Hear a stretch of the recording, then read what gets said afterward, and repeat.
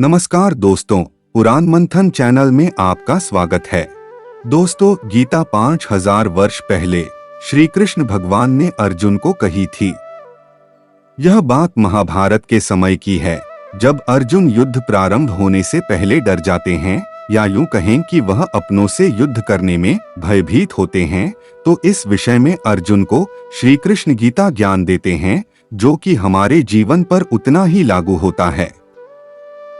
भगवद गीता में प्रथम भाग का नाम है अर्जुन विषाद योग। दोस्तों, अगर आप अर्जुन विषाद को समझेंगे तो यह आपको अपने ही जीवन के विषाद से मिलता जुलता लगेगा। जो अर्जुन की समस्या थी, ठीक उसी प्रकार हमारी भी जीवन में समस्याएं हैं। तो इस दुविधा को दूर करने के लिए या परेशानी से लड़ने के लिए श्री कृष्ण अर्जुन को गीता ज्ञान द्वारा समझाते हैं संपूर्ण जीवन का महत्व और परब्रह्म की प्राप्ति, अर्थात फाइनल डेस्टिनेशन। जैसा कि हम जानते हैं कि प्रथम भाग में अर्जुन विषाद है, जिसमें कि अर्जुन युद्ध भूमि पर खड़े हैं और सामने समस्त कौरव सेना को देख रहे हैं और पाते हैं कि यह सब तो मेरे अपने हैं, मैं कैसे युद्ध कर सकता हूँ। तो वह धर्म संकट में पड़ जाते हैं और वह युद्ध नहीं करना चाहते, क्योंकि वह उनके अपने ही हैं। लेकिन कई बार समस्या की घड़ी में ऐसा होता है कि हमें धर्म के लिए लड़ना पड़ता है। ऐसे ही हमें अपनी जिंदगी में भी कई कठिनाइयों का सामना करना पड़ता है। तो आइए जानते हैं अर्जुन विषाद योग और उसके श्लोक।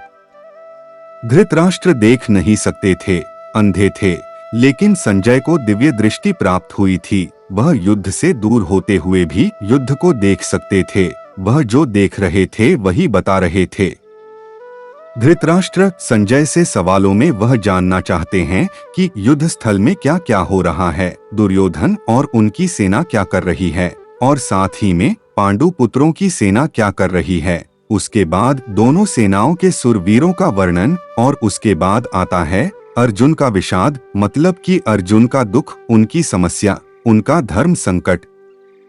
धृतराष्ट्र कहते हैं, श्लोक 1, धर्म क्षेत्रे कुरुक्षेत्रे संवेता युयुत्सवः मामकाः पांडवाश्चैव किम कुर्वत संजय।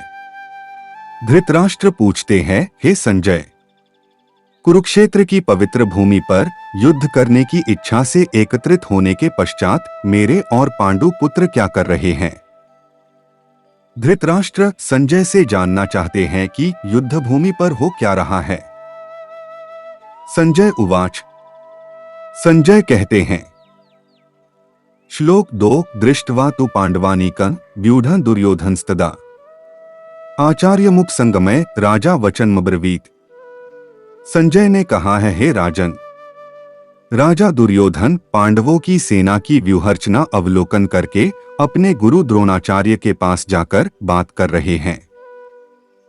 श्लोक 3, पश्यैता पांडुपुत्राणामाचार्य महती चमू व्यूढ़ा द्रुपद पुत्रेण तव शिष्येण धीनता। दुर्योधन ने कहा है, पूज्य आचार्य, पांडु पुत्रों की विशाल सेना का अवलोकन करें, जिसे आपके द्वारा प्रशिक्षित बुद्धिमान शिष्य द्रुपद के पुत्र ने कुशलता पूर्वक युद्ध करने के लिए सुव्यवस्थित किया है। मतलब महाराज द्रुपद पुत्र धृष्टद्युम्न आपका ही बुद्धिमान शिष्य है, और पांडु पुत्रों की सेना की युवाकार रचना धृष्टद्युम्न ने ही की है।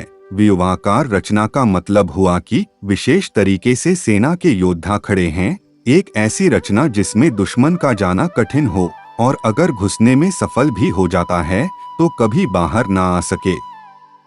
श्लोक 4, अत्र शूरा महेश्वासा भीमार्जुन समायुधि युयुधानो विराटश्च द्रुपदश्च महारथः।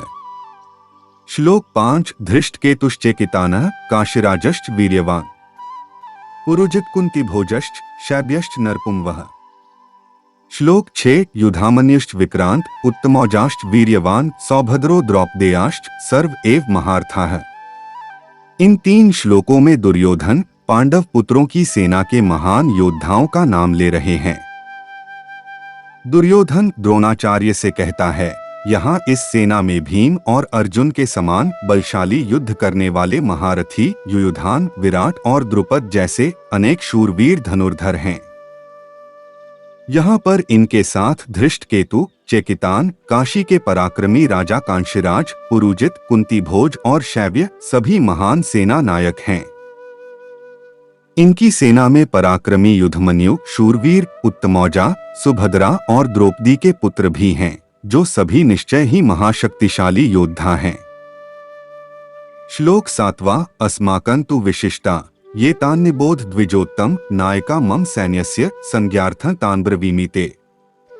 दुर्योधन आगे कहते हैं, हे ब्राह्मण, श्रेष्ठ पांडवों की सेना के योद्धाओं को तो आपने देख लिया, और अब अपने पक्ष में भी जो प्रधान हैं उनको भी तो अब आप समझ लीजिए। द्रोणाचार्य की जानकारी के लिए शत्रु की सेना के बाद दुर्योधन अपनी सेना के जो सेनापति हैं उनके बारे में बतलाता है। श्लोक 8। भवान भीष्मश्च कर्णश्च कृपश्च समितिञ्जयः अश्वत्थामा विकर्णश्च सौमदत्तिस्तथैव च। इस सेना में सदा विजयी रहने वाले आपके समान भीष्म, कर्ण, कृपाचार्य, अश्वत्थामा, विकर्ण तथा सोमदत्त का पुत्र भूरिश्रवा आदि महापराक्रमी योद्धा हैं, जो युद्ध में सदा विजेता रहे हैं। श्लोक 9। अन्ये च बहवः शूरा मदर्थे त्यक्तजीविताः नाना शस्त्र प्रहरणाः सर्वे युद्ध विशारदाः। दुर्योधन गर्व के साथ कहता है कि मेरे लिए जीवन की आशा त्याग देने वालों की कमी नहीं है। इतना ही नहीं, यह शूरवीर अनेक प्रकार के शस्त्र से सुसज्जित हैं और सब के सब युद्ध में चतुर हैं। दुर्योधन के एक इशारे पर उसकी सेना के शूरवीर लड़ने मरने को तैयार हैं। उन्हीं को देख दुर्योधन खुश हो रहा है। श्लोक 10। अपर्याप्तम तदस्माकं बलं भीष्माभिरक्षितम् पर्याप्तं त्विद्मे तेषां बलं भीमाभिरक्षितम्। दुर्योधन आगे कहता है कि भीष्म पितामह द्वारा रक्षित उनकी सेना सब प्रकार से अजेय है और वही शत्रु की सेना भीम द्वारा रचित है, जबकि पांडवों की सेना की शक्ति भीम द्वारा भली भांति रक्षित होने के पश्चात भी सीमित है। दुर्योधन कहना चाहते हैं कि भीम की सेना को वह आसानी से जीत सकते हैं। इसका मतलब दुर्योधन यहाँ घमंड दिखा रहा है। श्लोक 11। अयनेषु च सर्वेषु यथा भागम वस्थिताः भीष्ममेवाभिरक्षन्तु भवन्तः सर्व एव हि। अर्थात आथ मैं कौरव सेना के सभी योद्धागणों से भी आग्रह करता हूँ कि सब अपने मोर्चे पर अडिग रहते हुए भीष्म पितामह की पूरी सहायता करें। दोनों सेनाओं को देखने के बाद दुर्योधन तय करता है कि निस्संदेह हमें भीष्म पितामह की रक्षा करनी है, जैसे कि दुर्योधन और उसकी सेना के लिए भीष्म पितामह आवश्यक है। भीष्म पितामह के हारने का मतलब युद्ध हार जाना है और उनके बचे रहने का मतलब कि आप युद्ध हार नहीं सकते। इसीलिए सेना ने भीष्म पितामह की पूरी सहायता करनी है। श्लोक 12। तस्य संजनयन् हर्षं कुरुवृद्धः पितामहः सिंहनादं विनद्योच्चैः शंख दध्मो प्रतापवान। आगे होने वाले युद्ध की शंख उद्घोषणा होती है और सबसे वृद्ध कौरवों की सेना के सबसे प्रतापी भीष्म ने सिंह की दहाड़ के समान गरज कर ऐसा शंख बजाया कि दुर्योधन के हृदय में हर्ष उत्पन्न हो गया। युद्ध जीतने के लिए अपने पक्ष में माहौल बनाना पड़ता है कि हम युद्ध जीतने में सक्षम हैं। ऐसा ही पितामह भीष्म ने किया। श्लोक 13। ततः शंखाच भैर्यश्च पणवानक गोमुखाः सहसैवाभ्यहन्यन्त स शब्दस्तु मूलोभवत्। इसके पश्चात शंख, नगाड़े, बिगुल, तुरही तथा सींग अचानक एक साथ बजने लगे। उनका संवेद स्वर अत्यंत भयंकर था। इतिहास में आज तक के सबसे भयंकर युद्ध का आरंभ था। भीष्म पितामह के शंख के पश्चात नगाड़े तथा ढोल, मृदंग और नरसिंहवादी बाजे एक साथ ही बजे उठे। इनका संगीत शुभ नहीं बल्कि डरावना था। श्लोक 14। ततः श्वेतैर्हयैर्युक्ते महति स्यन्दने स्थितौ माधवः पांडवश्चैव दिव्यौ शंखौ प्रदध्मतुः। तत्पश्चात पांडवों की सेना के बीच श्वेत अश्वों द्वारा खींचे जाने वाले भव्य रथ पर आसीन माधव और अर्जुन ने अपने अपने दिव्य शंख बजाए। अब बारी थी पांडव पुत्रों की सेना के शंखनाद की। रथ में बैठे हुए श्री कृष्ण और अर्जुन ने अपने अपने अलौकिक शंख बजाए। युद्ध में जब तैयारी होती है तो दोनों तरफ से होती है। हर पक्ष अपनी विजय की आशा में खुद को और अपनी सेना को भरोसा देता है। श्लोक 15 पांचजन्य ऋषिकेशो देवदत्त धनंजय पौंड दधमौ महाशंख भीमकर्मा वृकोदरः। ऋषिकेश भगवान कृष्ण ने अपना पांचजन्य शंख बजाया। अर्जुन ने देवदत्त शंख तथा अतिभोजी एवं अति दुष्कर कार्य करने वाले भीम ने पौंडु नामक भीषण शंख बजाया। श्री कृष्ण के शंख का नाम पांचजन्य, अर्जुन का शंख देवदत्त और भयानक कर्म वाले कनक भीमसेन ने अपना पौंड्र नामक महाशंख बजाया और युद्ध की घोषणा की। श्लोक 16 अनंत विजय राजा कुंती पुत्रो युधिष्ठिरः नकुलः सहदेव च सुघोष मणिपुष्पकौ। श्लोक 17 कस्यश्च परमेश्वसः शिखंडी च महारथः धृष्टद्युम्नो विराटः च सात्यकिस्कैपराजिताः। श्लोक 18 द्रुपदो द्रौपदेयश्च सर्वः पृथ्वीपते सौभद्रश्च महाबहुवः संखण दधमुः पृथक प्रथम। हे पृथ्वीपति राजन, राजा युधिष्ठिर ने अपना अनंत विजय नाम का शंख बजाया तथा नकुल और सहदेव ने सुघोष एवं मणिपुष्पक नामक शंख बजाए। श्रेष्ठ धनुर्धर काशीराज महायोद्धा शिखंडी धृष्टद्युम्न विराट अजय सात्यकी द्रुपद द्रौपदी के 5 पुत्रों तथा सुभद्रा के महाबलशाली पुत्र वीर अभिमन्यु आदि सबने अपने अपने अलग अलग शंख बजाए। श्लोक 19 सा घोषो धार्तराष्ट्राना हृदयानि व्याद्रायत नभश्च पृथ्वी चैव तुमुलोभ्यानुद्यान। हे धृतराष्ट्र, इन शंखों से उत्पन्न ध्वनि द्वारा आकाश और धरती के बीच हुई गर्जना ने आपके पुत्रों के हृदयों को विदीर्ण कर दिया। श्लोक 20 अथ व्यवस्थितं दृष्ट्वा धार्तराष्ट्रं कपिध्वजः प्रवृत्ते शस्त्र संपते धनुरुद्यम पांडवः। उस समय हनुमान के चिन्ह की ध्वजा लगे रथ पर आसीन पांडु पुत्र अर्जुन न अपना धनुष उठाकर बाण चलाने के लिए उद्यत दिखाई दिया। हे राजन, आपके पुत्रों को अपने विरुद्ध व्यूह रचना में खड़े देखकर अर्जुन ने श्री कृष्ण से यह वचन कहे। श्लोक 21 ऋषिकेशं तदा वाक्यमिदमाह महीपते सेन्योरुभयोर्मध्ये रथं स्थापय मेच्युत। श्लोक 22 यावदेतानिरीक्षेहं योद्धकामानवस्थितान् कैर्मया सह योद्धव्यमस्मिन् रणसमुद्यमे। अर्जुन ने कहा, हे अच्युत, मेरा रथ दोनों सेनाओं के बीच खड़ा करने की कृपा करें ताकि मैं यहाँ एकत्रित युद्ध करने की इच्छा रखने वाले योद्धाओं जिनके साथ मुझे इस महासंग्राम में युद्ध करना है को देख सकूं। श्लोक 23 योत्स्यमानान् वेक्षेहं य एतेत्र समागता है धार्तराष्ट्रस्य दुर्बुद्धे युद्धे प्रियचिकीर्षवः। मैं उन लोगों को देखने का इच्छुक हूँ जो यहाँ पर धृतराष्ट्र के दुष्चरित्र पुत्रों को प्रसन्न करने की इच्छा से युद्ध लड़ने के लिए एकत्रित हुए हैं। श्लोक 24 एवमुक्तो हृषिकेशो गुडाकेशेन भारत सेन्योरुभयोर्मध्ये स्थापयित्वा रथोत्तमम्। संजय ने कहा, हे भरतवंशी धृतराष्ट्र, निद्रा पर विजय पाने वाले अर्जुन द्वारा इस प्रकार के वचन बोले जाने पर तब भगवान श्री कृष्ण ने उस भव्य रथ को दोनों सेनाओं के बीच में ले जाकर खड़ा कर दिया।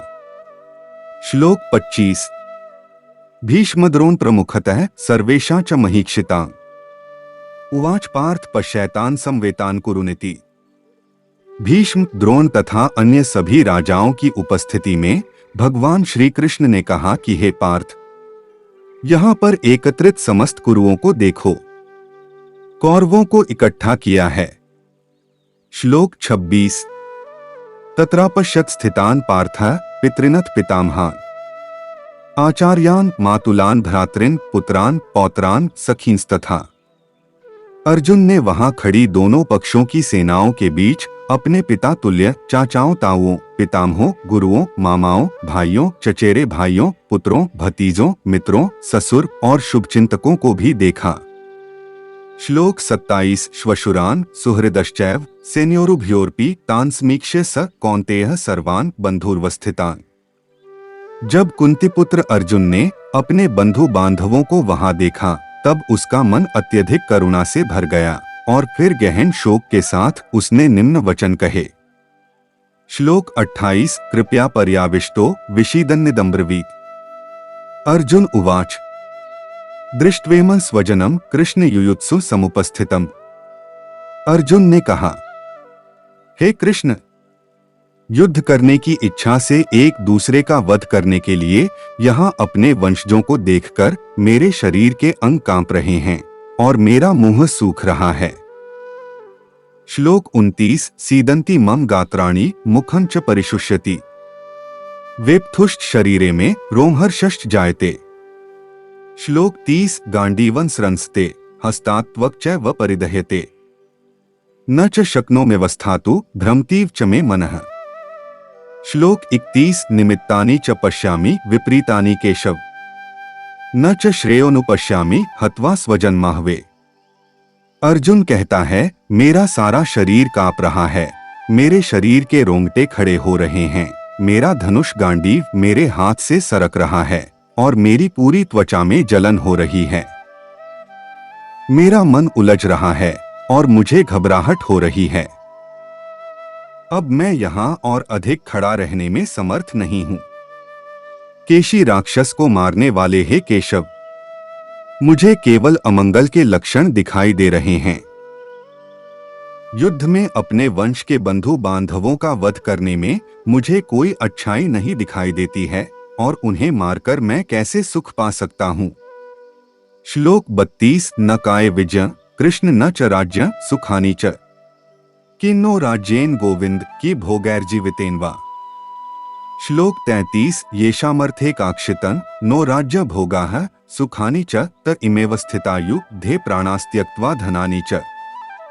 हे कृष्ण, मुझे विजय राज्य और इससे प्राप्त होने वाला सुख नहीं चाहिए। ऐसा राज्य सुख या अपने जीवन से क्या लाभ प्राप्त हो सकता है, क्योंकि जिन लोगों के लिए हम यह सब चाहते हैं वे सब इस युद्ध भूमि में हमारे समक्ष खड़े हैं।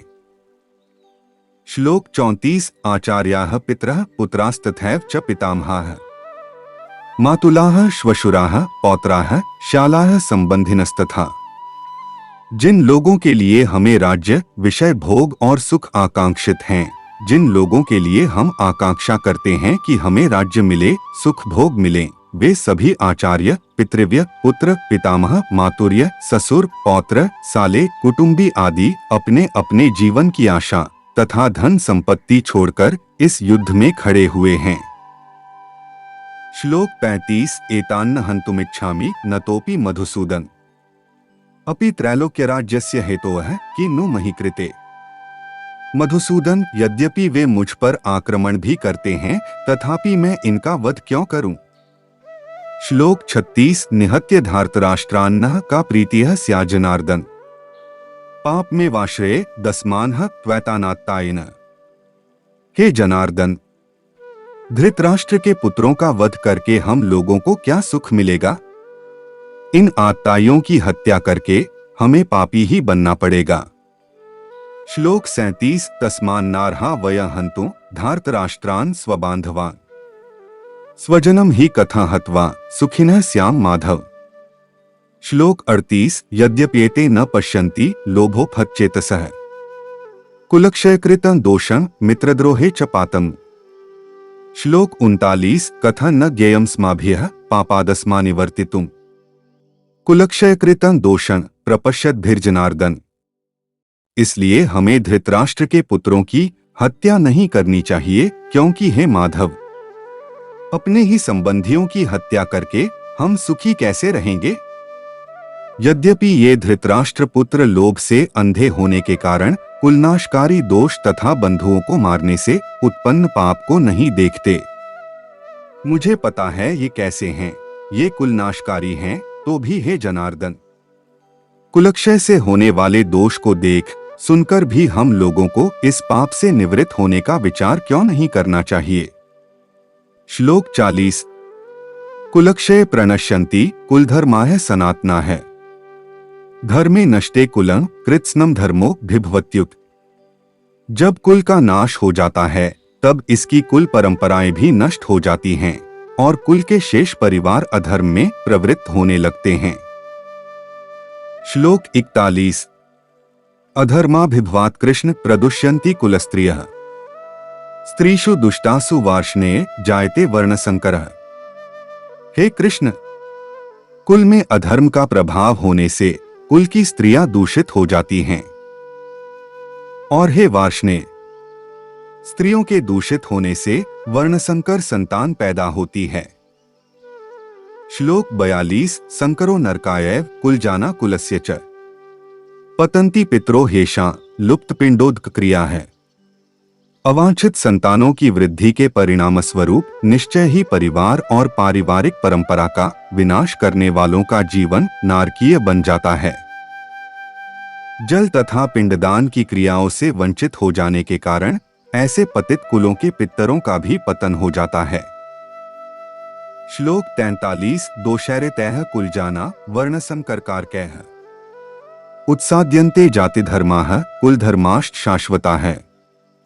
श्लोक 44। उत्सन्न कुलधर्माणा मनुष्याणा जनार्दन नरकेनेतन वासो भवतीत्यनुशुश्रुम। अपने दुष्कर्मों से कुल परंपरा का विनाश करने वाले दुराचारियों के कारण समाज में अवांछित संतानों की वृद्धि होती है और विविध प्रकार की सामुदायिक और परिवार कल्याण की गतिविधियों का भी विनाश हो जाता है। हे जनार्दन, फिर जिन लोगों का कुलधर्म नष्ट हो गया है उन्हें अनिवार्य रूप से नरक जाना पड़ता है। श्लोक 45। अहो बत महत् पापं कर्तुं व्यवसिता वयम्। यद्राज्य सुख लोभेन हन्तुं स्वजन मुद्यता है। अर्जुन आगे स्वयं को दोष दे रहे हैं। हाय, कैसा दुर्दैव है, कैसा दुर्भाग्य है कि हम लोग महान पाप करने को उद्यत हैं, क्योंकि राज्य प्राप्ति रूप सुख पाने की आशा से स्वजनों की हत्या करने के लिए सन्नद्ध हुए हैं। श्लोक 46। यदि माम प्रतीकारम शस्त्रं शस्त्रपाणयः धार्तराष्ट्रारणे हन्युस्तन्मे क्षमतरं भवेत्। यदि आत्मरक्षा का प्रयत्न न करने वाले मुझ अशस्त्रधारी को धृतराष्ट्र पुत्र युद्ध क्षेत्र में मार डालें तो भी वो मेरे लिए अधिकतर कल्याणकारी होगा। संजय उवाच। संजय कहते हैं, एवमुक्त्वार्जुनः संख्ये रथोपस्थ उपाविशत विसृज्य सश्रम चापं शोक संविगन्मानसः। संजय कहते हैं कि अर्जुन इस प्रकार कहकर युद्ध क्षेत्र में बाण सहित धनुष को त्याग कर व्यथा और दुख से रथ के पिछले भाग में बैठ गए। दोस्तों, ये था भगवद गीता का प्रथम अध्याय अर्जुन का विषाद। यह अज्ञान, शोक और मोह का एक महान, सुंदर, अद्भुत, पवित्र, विलक्षण ज्ञान की उत्पत्ति का कारण बने, जो स्वयं श्री भगवान के मुखारविंद से निकला और अर्जुन इस ज्ञान के प्रकट होने के निमित्त बने। अर्जुन के विषाद से उत्पन्न स्थितियां आज के जीवन काल में भी उतनी ही विकृत और द्वंद्वपूर्ण हैं। श्री भगवान ने अर्जुन की समस्याओं का उपचार जिस ज्ञान से किया, यह ज्ञान सर्व देश काल के लिए है और आज के युग में भी उतना ही प्रासंगिक और व्यवहारिक है, जिसके मार्गदर्शन से मनुष्य किसी भी क्षेत्र में सफलता प्राप्त कर सकता है। जब हम परेशानी को देखते हैं तो वह हमें बहुत बड़ी लगती है। कई बार ऐसा भी होता है कि हम परेशानी के चक्रव्यूह में फंस तो जाते हैं, लेकिन उसमें से निकलना मुश्किल हो जाता है। तो इस परेशानी से निकलने के लिए हम श्रीमद् भगवत गीता के ज्ञान को समझेंगे, जिससे हम स्वयं अपनी परेशानियों से लड़ पाएंगे और भक्ति मार्ग पर आगे बढ़ पाएंगे। दोस्तों, हमें आशा है कि आपको वीडियो पसंद आया होगा। भगवद गीता के सारे अध्याय सुनने के लिए चैनल को सब्सक्राइब करें, वीडियो को लाइक और शेयर करें। धन्यवाद। जय श्री कृष्ण।